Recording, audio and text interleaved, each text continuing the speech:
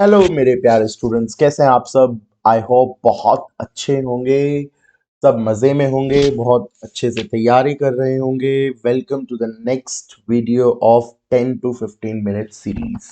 अब हम अपना नेक्स्ट चैप्टर करेंगे जो कि है ऑर्गेनाइजिंग। हमने प्लानिंग कर लिया, अब हम ऑर्गेनाइजिंग करते हैं। चलो देखिए, बहुत मज़े से चैप्टर को करेंगे, एंजॉय करते हुए करेंगे, चीज़ें सारी क्लियर हो जाएंगी और आप बहुत अच्छे से केस स्टडीज को सॉल्व कर पाएंगे। तो इस हिसाब से हम अपना चैप्टर स्टार्ट करते हैं। स्टूडेंट्स देखिए, ऑर्गेनाइजिंग का मतलब क्या है। हमने प्लानिंग में क्या किया था, अभी प्लान्स को सेट किया था, हमने प्लान्स डिसाइड, प्लानिंग में टारगेट को सेट किया था। हमने देखा था कि ये चीज हमें अचीव करनी है, तो हमने प्लानिंग कर ली। प्लानिंग के बाद होता है कि उस प्लान को एक प्रैक्टिकल शेप दो। अब प्लानिंग करने से तो कुछ नहीं होगा जब तक उसको हम लोग कोई प्रैक्टिकल शेप नहीं देंगे। तो वो जो प्रैक्टिकल शेप हम लोग प्लानिंग को देते हैं, तो यहां से स्टार्ट होता है ऑर्गेनाइजिंग। ठीक है, तो प्लान्स का इम्प्लीमेंटेशन हम यहाँ करते हैं।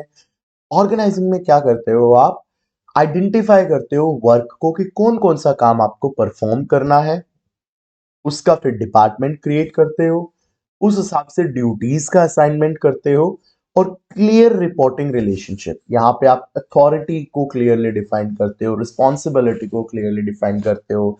और रिपोर्टिंग रिलेशनशिप कैसे, जैसे मैं सलाम साहब, ठीक है, मैंने आपको बोल लिया कि सलाम साहब, आपको मैं सलाम कर रहा हूँ, ठीक है।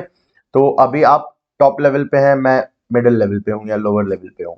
मैं आपको बताऊंगा कि सर मैंने ये काम कर दिया, आपने मुझे ये काम दिया था, ये वो, ठीक है। तो रिपोर्टिंग मतलब मैं आपके पास आऊंगा, मैं उन साहब के पास नहीं जाऊंगा या मैं उन साहब के पास नहीं जाऊंगा, मैं आपके पास आऊंगा।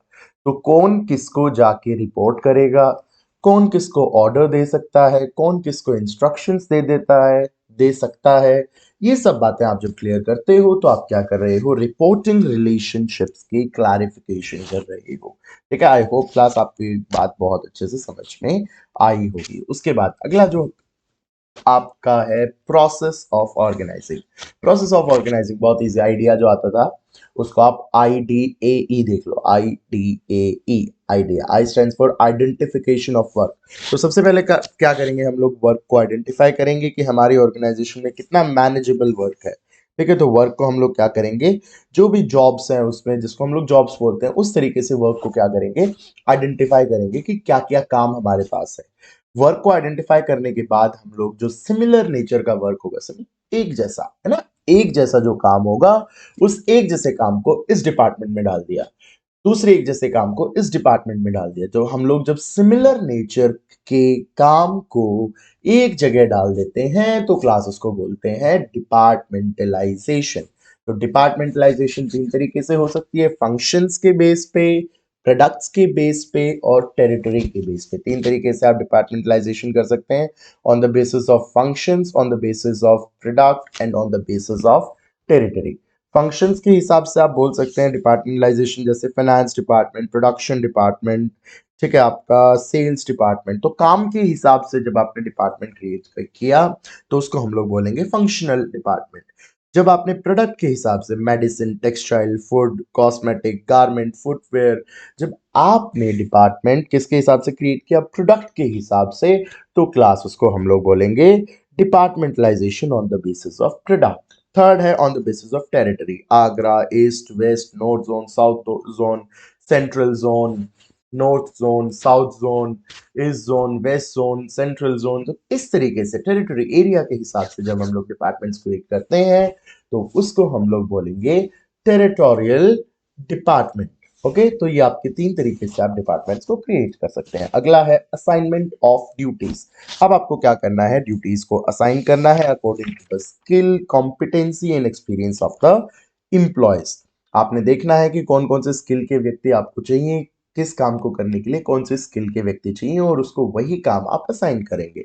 उसके बाद फाइनली होता है establishing reporting relationship. Establishing reporting relationship का मतलब सिंपल सा है कि कौन सुपीरियर है, कौन सबऑर्डिनेट है, कौन सीनियर है, कौन बॉस है, कौन जूनियर है, कौन किसको कमांड कर सकता है, कौन किससे जाके अपना काम पूछेगा, किसको किसको जाके रिपोर्ट करनी है। तो ये सारी चीजें जब आप क्लास क्लियर कर रहे हैं तो उसको हम लोग बोलते हैं इस्टैब्लिशिंग रिपोर्टिंग रिलेशनशिप।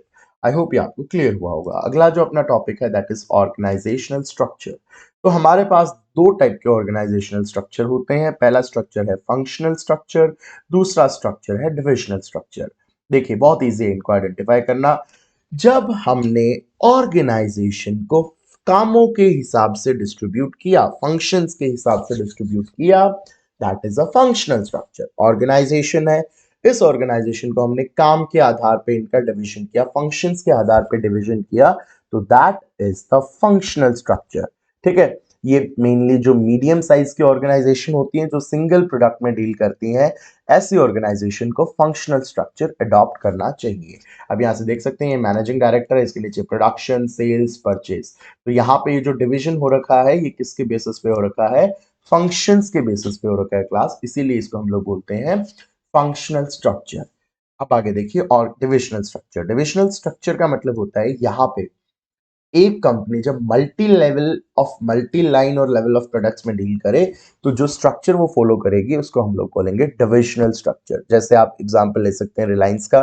रिलायंस आपकी क्लोथिंग में भी डील करती है, रिलायंस आपकी पेट्रोलियम प्रोडक्ट्स में भी डील करती है, रिलायंस आपकी इसमें एफएमसीजी में भी, फूड में भी डील करती है। तो रिलायंस क्या हो गया? मल्टी लेवल ऑफ प्रोडक्ट्स पे डील कर रही है। तो क्लास जब भी मल्टी लेवल ऑफ प्रोडक्ट पे कोई कंपनी डील कर रही हो, तो उसका जो स्ट्रक्चर है वो कौन सा होगा? Divisional structure. तो आपको केस स्टडी में आइडेंटिफाई करने का यही ट्रिक है। अगर एक लाइन ऑफ प्रोडक्ट है तो वो फंक्शनल है, और अगर मल्टी लाइन ऑफ प्रोडक्ट है क्लास तो वो डिविजनल है। आप दोनों में थोड़ा डिफरेंस देख लेते हैं। ये फंक्शंस के बेसिस पे डिवाइड है, ये प्रोडक्ट्स के बेसिस पे। यहाँ जो आपको स्पेशलाइजेशन मिलेगी वो फंक्शनल स्पेशलाइजेशन होगी। यहाँ जिसमें आपको स्पेशलाइजेशन में कुशलता, माहिरता, यहाँ जो क्लास आपको स्पेशलाइजेशन मिलेगी वो प्रोडक्ट स्पेशलाइजेशन होगी। ये इकोनॉमिकल है क्योंकि सिंगल लाइन ऑफ प्रोडक्ट है, ज्यादा खर्चा नहीं होगा आपका, इकोनॉमिकल है। ये थोड़ा सा एक्सपेंसिव है क्योंकि यहाँ आप मल्टी लाइन ऑफ प्रोडक्ट पे डील कर रहे हो। लेस मैनेजरियल डेवलपमेंट, यहाँ पे जो मैनेजर की डेवलपमेंट होगी वो धीरे होगी, और यहाँ पे जो मैनेजर की डेवलपमेंट होगी वो ज्यादा होगी। यहाँ पे डिपार्टमेंटल कॉन्फ्लिक्ट्स कई बार आ जाते हैं क्योंकि यहाँ पे हर डिपार्टमेंट अपने आप को क्या शो करना चाहता है? That I am the boss, I am the king. Her department चाहता है कि मैं अपने आप को सुपीरियर शो करूं।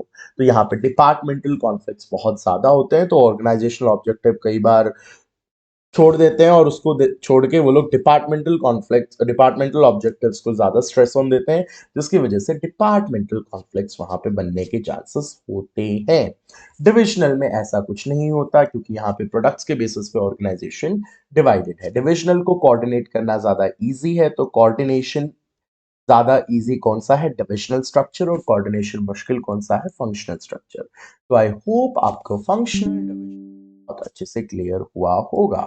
उसके बाद देखिए फॉर्मल ऑर्गेनाइजेशन, इनफॉर्मल ऑर्गेनाइजेशन। दो टाइप की ऑर्गेनाइजेशन है। फॉर्मल मतलब, अब फॉर्मल मतलब देखिए सब सब ऐसे शांत, अपने काम से काम मतलब रखना है, किसी से कोई फालतू बात नहीं करना। जानबूझ के इस टाइप की ऑर्गेनाइजेशन को क्रिएट किया गया है ताकि आप ऑर्गेनाइजेशनल ऑब्जेक्टिव अचीव कर पाए। तो ऐसी ऑर्गेनाइजेशन जहां पे रूल्स के हिसाब से सब काम कर रहे हैं, प्रोसीजर्स के हिसाब से काम कर रहे हैं, सब ऑर्गेनाइजेशन गोल को अचीव करने में लगे हुए हैं, मेहनत कर रहे हैं बड़े सीरियसली, ठीक है, जो डेलिबरेटली जानबूझ के क्रिएट की गई है। वर्किंग रिलेशंस काफी क्लियर है कि कौन किसको जाके रिपोर्ट करेगा, कौन किसको जाके ड्यूटीज असाइन करेगा, ये सब बहुत क्लियर है। ठीक है, और सब काम पे एम्फेसाइज कर रहे हैं। यहाँ पे अगर कम्युनिकेशन करना है तो भी प्रॉपर लाइन ऑफ कम्युनिकेशन आपको फॉलो करना है, दैट इज स्केलर चेन। और यहाँ पे कोई चुगली नहीं हो रही, कोई र्यूमर नहीं हो रहा, कोई ग्रेप फाइन नहीं हो रहा, नहीं, नो ग्रेप फाइन्स, ठीक है, या फिर बहुत कम चुगलियां हो रही हैं, रूमर्स बहुत कम फैल रहे हैं, सब क्योंकि काम पे ध्यान लगा रखा है। तो ऐसी काइंड ऑफ ऑर्गेनाइजेशन को बोलेंगे फॉर्मल। यहीं से बेटा आप इन्हीं पॉइंट से आप इसके मैरिट्स डिमेरिट्स एक एक दो दो निकाल सकते हैं, ठीक है। उसके बाद इनफॉर्मल ऑर्गेनाइजेशन, ये तो भाई साहब अपने आप बन जाता है। अब आप आपकी टीचर क्लास में है, आप सब शांति से सुन रहे हैं, मैडम क्या बोल रही है, सर क्या बोल रहे हैं। जैसे ही टीचर बाहर गई बस लग गए अपनी अपनी बातों में, कोई कोई कुछ बता रहा है, कोई कुछ बता रहा है, कोई कुछ अपने फ्रेंड्स की बात, इंस्टा की बात, सोशल नेटवर्किंग की बात, अरे तूने ये देखा, तूने वो देखा, सब मस्ती में लगे रहे हैं। वो उसको पत्थर मार रहा है, वो उसको चौक फेंक के मार रहा है, वो कागज का गोला उठा के मार रहा है, लगे हुए हैं सब मस्ती में, ठीक है। कोई पीछे बैक बेंचर्स डांस कर रहे हैं, कोई गाना गा रहा है, ये वो, इनफॉर्मल माहौल, उसको बोलते हैं इनफॉर्मल। तो ये अपने आप क्रिएट हो जाता है, बनाने की जरूरत नहीं है। आपके सोशल रिलेशनशिप्स को आप जब फुलफिल करते हैं सोशल नीड्स को फुलफिल करते हैं। तो उन सोशल नीड्स को फुलफिल करने के लिए जो एक काइंड ऑफ एनवायरनमेंट आप अपने आप क्रिएट कर लेते हैं, दैट इज इनफॉर्मल एनवायरनमेंट। यहाँ पे जैसे आप देखिए फुटबॉल मैच ऑन संडे, सारे कॉर्पोरेट वालों ये एम्प्लॉयज ने मिलकर सोचा इस संडे को क्यों ना फुटबॉल मैच करते हैं। तो जब वो फुटबॉल मैच के लिए संडे को सारे मिलते हैं तो वो एक इनफॉर्मल माहौल, और जब वो कंपनी में मिलते हैं दैट इज फॉर्मल। यहाँ पे ग्रेप वाइन हो सकती है, कोई स्केलर चेंज मन मर्जी से बात कर रहे हैं, कोई किधर बात कर रहा है, कोई किधर बात कर रहा है, चुगलियां हो रही हैं, सोशल नीड्स की फुलफिलमेंट हो रही है, तो उसको हम बोलते हैं इनफॉर्मल। यहाँ पे क्या होता है, एक्चुअली फायदा ये है कि यहाँ जो एम्प्लॉयज हैं वो मोटिवेटेड होते हैं, उनको लगता है कि उनकी सोशल नीड्स को भी प्रायोरिटी दी जा रही है। तो this is formal and informal organisation. Next is delegation. देखिए यहाँ पे एक हेड दिख रहा है, वो हेड इस बॉस को कोई ऑर्डर दे रहा है, ये बॉस उसको कहाँ दे रहा है, किसी अपने बेचारे सबऑर्डिनेट को ऑर्डर दे रहा है, जो बड़े दुखियारी मन से उसके ऑर्डर को एक्सेप्ट कर रहे हैं। कुछ ऑप्शन तो सेट। देखिए चलो डेलीगेशन करते हैं फटाफट से। डेलीगेशन का मतलब क्या होता है कि जब एक सुपीरियर लेवल का व्यक्ति, एक सीनियर मोस्ट पोजीशन वाला व्यक्ति अपने काम को जूनियर वाले व्यक्ति को ट्रांसफर कर देता है, तो उसको हम लोग बोलते हैं डेलीगेशन। काम का डेलीगेशन, काम का नीचे की तरफ बंटवारा करना, ठीक है, दैट इज डेलीगेशन। ठीक है, एक सुपीरियर लेवल वाला व्यक्ति अपने काम को नीचे वाले व्यक्ति के पास, क्योंकि वो सब कुछ मैनेज नहीं कर सकता, इसीलिए अपने ओवरलोड को वो नीचे शिफ्ट कर देता है, तो उसको हम लोग बोलते हैं delegation. Transfer of authority, responsibility to the junior staff. अब देखिए तीन चीजें होती है, अथॉरिटी, रिस्पॉन्सिबिलिटी, अकाउंटेबिलिटी। अथॉरिटी मतलब authority is the power to give orders और right to give command. Responsibility is obligation to do the assign task. आपकी order देने की जो पावर है, जो आपके पास एक बोल सकते हैं ना ऑर्गेनाइजेशन में आपकी जो स्टेटस, आप किसी को भी ऑर्डर दे सकते हो, आपकी अथॉरिटी है। रिस्पॉन्सिबिलिटी मतलब आपके पास फर्ज है, कर्तव्य है कि जो काम आपको मिला है क्लास उसको पूरा करना है, that is responsibility. Accountability democracy का बहुत इंपॉर्टेंट टूल है, लेकिन let's kick off the democracy. अभी हम लोग यहां देख रहे हैं बिजनेस स्टडीज। तो यहां पे अकाउंटेबिलिटी, अकाउंटेबिलिटी का मतलब होता है आंसरेबिलिटी। जो भी आपको टास्क मिला है वो हुआ है या नहीं हुआ है, इसकी आपको आंसरेबिलिटी देनी। हुआ है तो बहुत अच्छी बात, अगर नहीं हुआ तो किन रीजंस की वजह से आपको टास्क नहीं परफॉर्म कर पाए, दैट इज अकाउंटेबिलिटी। तो देखिए यहां हेड था, उसने बॉस को दे दिया, बॉस ने उसको नीचे अपने सबऑर्डिनेट को दे दिया, तो इस हेड ने इस बॉस को काम दिया था और इस बॉस ने नीचे शिफ्ट कर दिया।